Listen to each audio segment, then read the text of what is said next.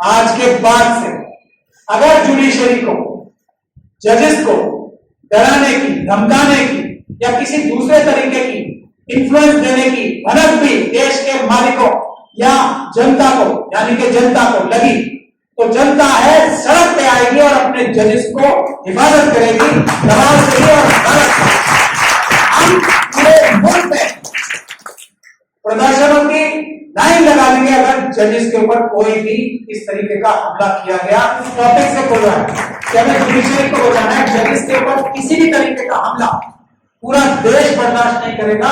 ये हमने आज तेलंगाना के इस मंच से ही, इस सेमिनार से ही ऐलान कर रहे हैं। आपको पुलिस के खिलाफ में लड़ना होगा, आवाज उठाना होगा।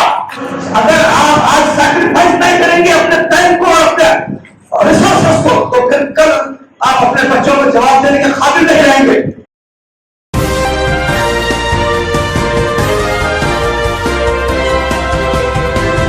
की उम्मीद करें तो वो सिर्फ 20% है जो हालात,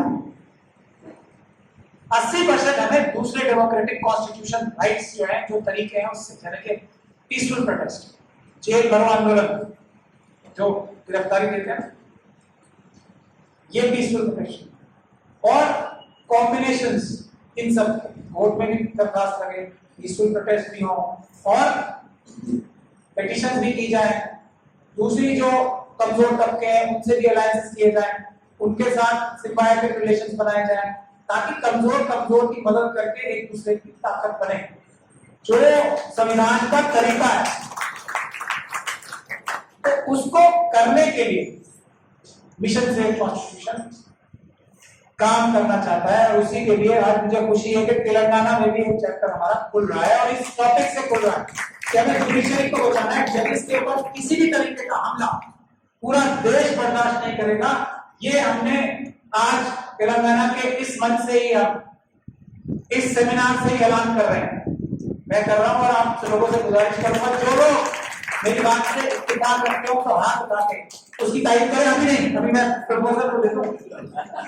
प्रपोजल ये है, पहले शुरुआत, अब के बाद से, आज के बाद से अगर जुडिशरी को, जजेस को डराने की, धमकाने की या किसी दूसरे तरीके की इन्फ्लुएंस देने की भनक भी देश के मालिकों या जनता को, यानी कि जनता को लगी, तो जनता है सड़क पे आएगी और अपने जजेस को हिफाजत करेगी, दबाव देगी और हम पूरे मुल्क में प्रदर्शनों की लाइन लगा देंगे अगर जजेस के ऊपर कोई भी इस तरीके का हमला किया गया। अब मैं आपसे चाहता हूं कि आप इस पे वोट दें, हम जेल भरो आंदोलन लागू कर देंगे। कितने लोग मेरी बात से इत्तेफाक रख लो? मेरे ख्याल से 100% लोग कर रहे हैं। शुक्रिया शुक्रिया। दूसरा, अब जुडिशरी के पास तो हम जब जाएंगे जुडिशरी के पास जाते हैं, जज के पास क्यों जाते हैं? ज्यादातर लिटिगेंट, जो सबसे बड़ी लिटिगेंट देश में है, वो सरकार ही है। सरकार के खिलाफ शिकायत होती है या सरकारी मालिकों के खिलाफ हमें शिकायत करती है। मोजिस सामने गिराम, आज मुझे बड़ी मसरत हो रही है कि हमारे शहर हैदराबाद में हमारे मुल्क के महानास और मुमताज खानुंदा, ये तो अपनी जगह है और ऐसे बहुत सारे हैं, लेकिन कौम के लिए अपने आप को वक्फ कर देने वाले बहुत कम। अपने मुल्क के लिए, मुल्क के दस्तूर को बचाने के लिए और इंसानियत के लिए अपने आप को वक्फ कर देने वाले बहुत कम है। और अगर मैं ये कहूँ तो बेटा ना होगा, जनाब महमूद पराठा साहब का नाम सबसे अव्वल पर हो रहा है। हैसियत मुस्लिम यूनाइटेड फेडरेशन का एक खादिम का सदर बना दिया गया है, बस खिदमत कर रहा हूँ जमाने से, आप लोग जानते हैं। और मैं इस बात पे भी थोड़ा बहुत बदनाम हूँ कि मेरी जबान बहुत कड़वी है। खैर कई कैसे चल रहे चलते रहेंगे, कोई फर्क पड़ने वाला नहीं है। लेकिन आज एक ऐसी बुनियाद यहाँ पर हाल हो रही है और हमारी ये तमन्ना है कि हमारे दोनों जवान के वकला और जो सीनियर वकला भी जो यहाँ पर आए हैं, ये बहुत बड़ा कारनामा है। ये बहुत बड़ा कारनामा है कि एक ही मंच पर इतने खानुका हजरात को जमा करना। मैं मुबारकबाद देता हूँ जनाब अब्दुल तगनी एडवोकेट साहब को और जनाब नसीर साहब को और सैयद हासिम साहब को और हमारे अब्दुल हुसैन आजाद को और मौलाना शफी मसूद जी को।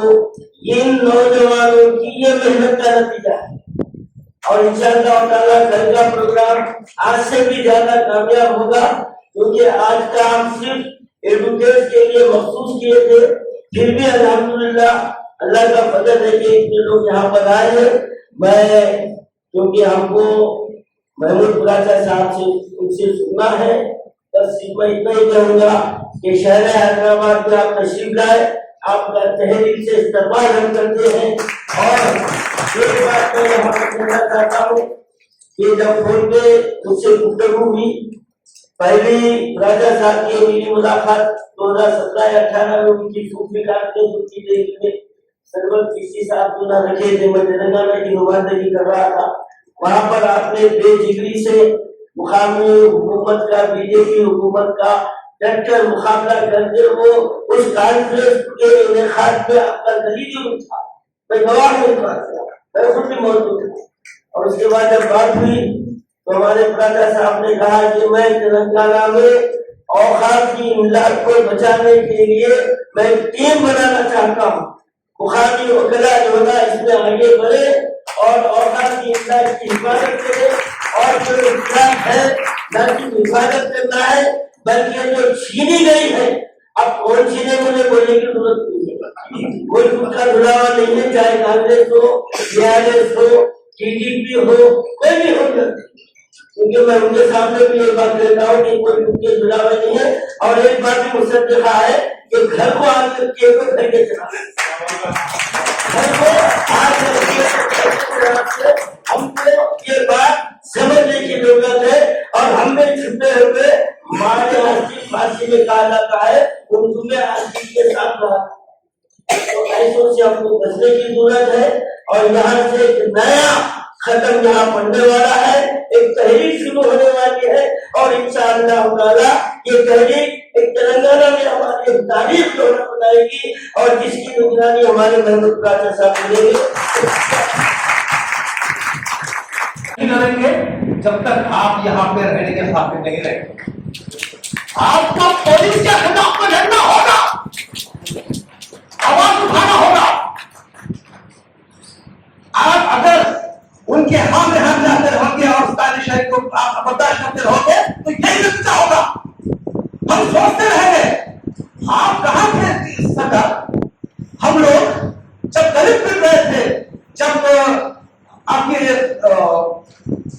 नेशनल को मारा जा रहा था, हम बिल्कुल अपनी नई चीज सो रहे थे। आज भी हम दावत में मजबूर है,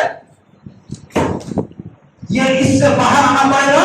और अगर आप आज सैक्रिफाइस नहीं करेंगे अपने टाइम को, अपने रिसोर्सेस को, तो फिर कल आप अपने बच्चों को जवाब देने के काबिल नहीं रहेंगे।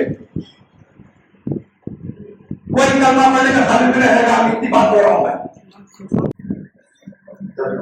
इस जगह पे ठहर के जब नजर दौड़ा रहा हूँ तो नजर के अंदर 80 साल से लेकर 70 साल के लोग यहाँ पर, 17 साल के लोग यहाँ पर मौजूद है। इस अज़म के साथ आए हैं कि हमारे कॉन्स्टिट्यूशन को बचाने का है। आज कॉन्स्टिट्यूशन की बात करने के लिए या बचाने के वास्ते सब जमा है। उस दिन मेरे जहन में ये बात ख्याल आया था कि जब ये कॉन्स्टिट्यूशन को बचाना तो अदालतों से ही बचाने का था, लेकिन अदालत से हमारा कॉन्स्टिट्यूशन राइट छीना गया। आस्था के बेसिस के ऊपर फैसले किए गए, हमारी हक और हमारी मांग मस्जिद को छीना गया हमसे, लेकिन उस टाइम के ऊपर अगर हम आवाज नहीं उठा सके, आज हमारे हर काम के ऊपर नुक्ताचीनी कर रहे हैं। उस वजह से आज हम जमा है कॉन्स्टिट्यूशन बचाने के वास्ते।